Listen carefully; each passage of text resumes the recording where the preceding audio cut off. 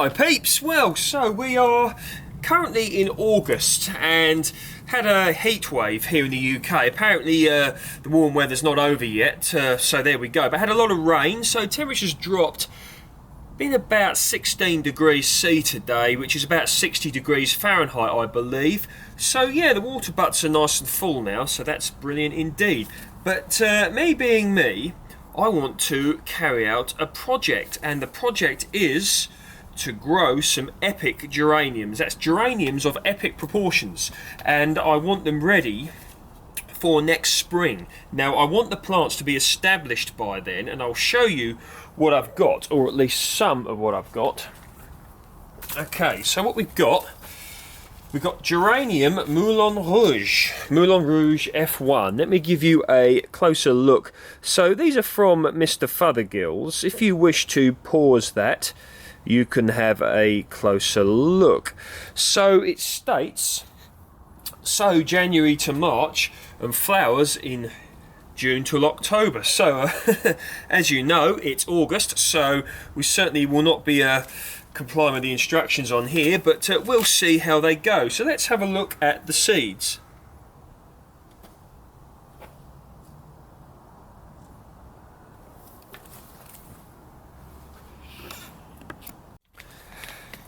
So Dan's going to be here with his really cool scissors.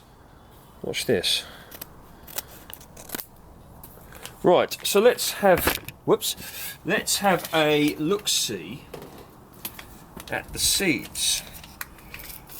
Mr Fothergills, I like Mr Fothergills actually, at least geranium wise. I found, grew a load of geraniums this year from Mr Fothergills and some other companies as well. I'll take you around to show you those in un momento, but we're going to have a look at these geranium seeds here. So let's cut this little packet out.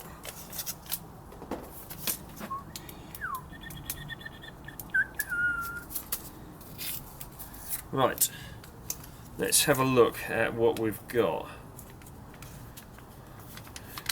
Right,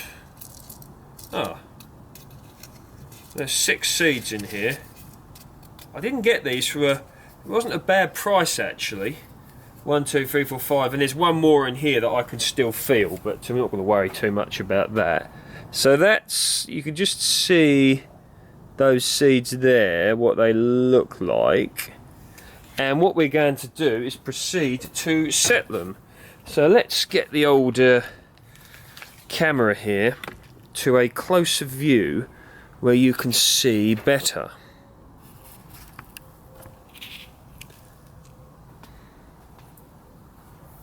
I'm just going to put them on top.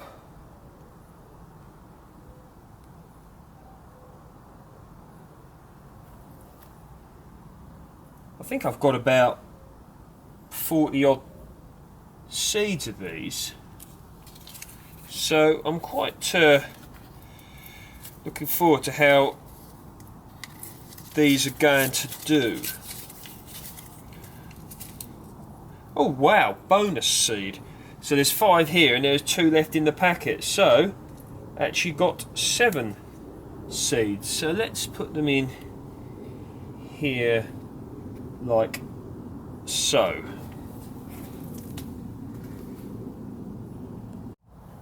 Okay, so here we go. Just going to push them in like that and cover them over. Got quite a lot to set here. So yeah, the temperature is meant to rebound to about 25, well, 20 to 25 degrees C, so that'll be more than enough for these to germinate, all being well.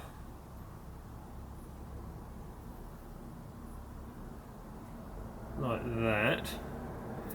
Just get the old camera here. Sorry if the light's not so good this evening, but I like to keep my videos as real as possible. So yeah, you can see I've covered them over nice and neat and tidy there as I pan the camera along. Now down here, look, got a load more that I'm going to do the same to. And as we come to these ones here, you can see I've used some slightly bigger pots, just as like a sort of growth comparison, if you will, to see just how, you know, the bigger pot affects the growth of the resulting plant. So they're all, so the seeds look like there, look, they're all covered up, so they're all looking pretty nice. Just fiddling with the camera there. Ah, there you go. Dan has just found out a new function on his camera, a light thing. There you go, look. I'm not going to reshoot this video because I'm not. So there you go, I've just put the light up. Tell you what, the more you get into this, the more techie that one becomes. A far cry from the old mobile, you know, phone camera up in the air that so many of you remember. Cool, man.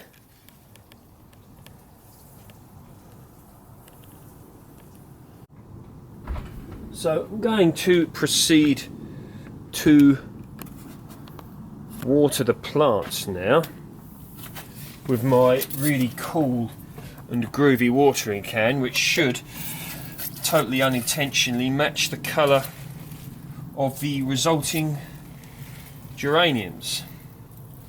Nice bit of water there. Water them over. Down here as well. Just turn the camera so you could see. I hope the camera's pointing where it should be. If it's not, that's one of those things. So this should give these off to a good start.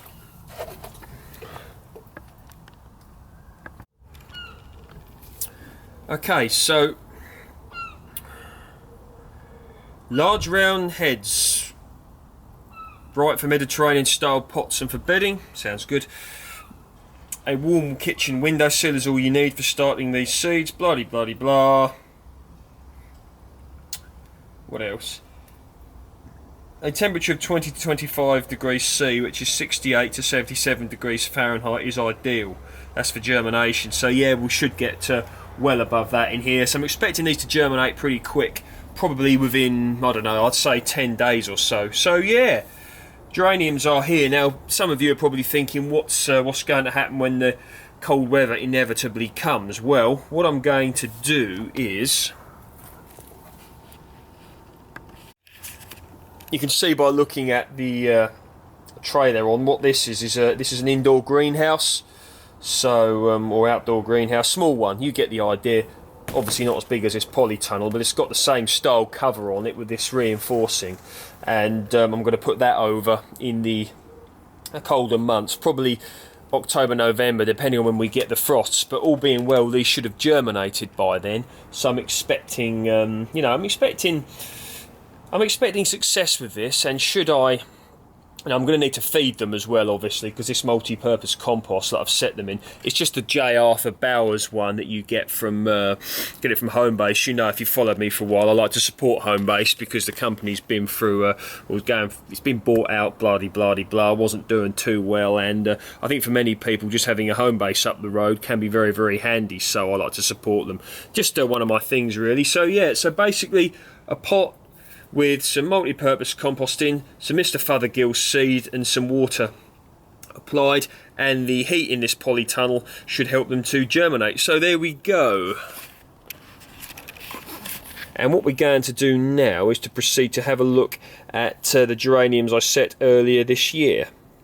Okay, so here you go. I set some of these geraniums earlier part of this year, and as you can see, some nice flowers on them, many more flowers to come, and they've got that beautiful, look at the colour, beautiful earthy smell. And I really haven't pampered these. They're simply, I grew them from seeds, and some are Mr Fothergill, some are other companies, from mainly got them all from Amazon, to be honest.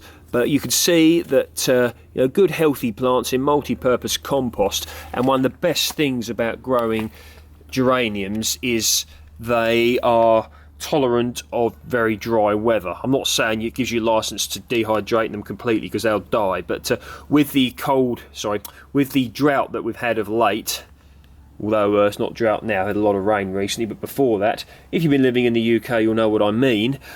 These really did come up smiling, and you know, even with the hot and rather harsh weather, which was well into the 30s, and didn't have any speakable amount of rain for about 10 weeks, I think, something like that. So yeah, obviously I was watering them, but they didn't do too bad in the drought. And here, look, see these beautiful white ones. If you keep deadheading them, of course, the flowers will keep coming. So, variety of colours here. And again, is what I want to do with these is I want to overwinter them. So I'm going to put them in the polytunnel probably. I might even protect them as I described earlier on.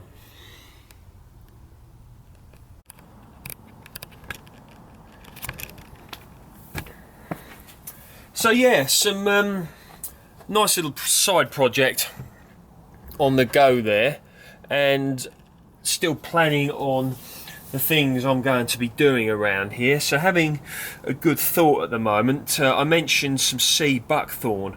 I'm going to probably be purchasing one of those soon, a male and a female plant.